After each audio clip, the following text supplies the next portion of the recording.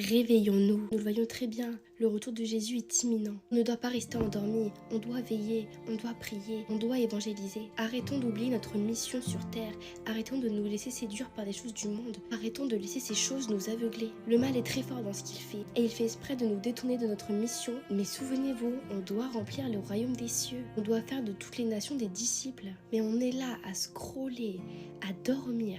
Le monde est en train d'avancer sur nous, on ne s'en rend même pas compte. Les guerres, les catastrophes naturelles, le mal et les péchés qui deviennent de plus en plus banalisés, les technologies avec l'IA qui prennent de plus en plus de place et qui ont un tel impact. Alors sauvez vos âmes, allez vous baptiser, sortons de notre zone de confort. Je sais que c'est pas évident, moi-même j'ai du mal. Mais on n'a plus le temps parce que le jour où Jésus reviendra sur terre, si on n'est pas pris, si les autres ne sont pas pris, si notre famille n'est pas prise, si nos amis ne sont pas pris, qu'est-ce qui va se passer après?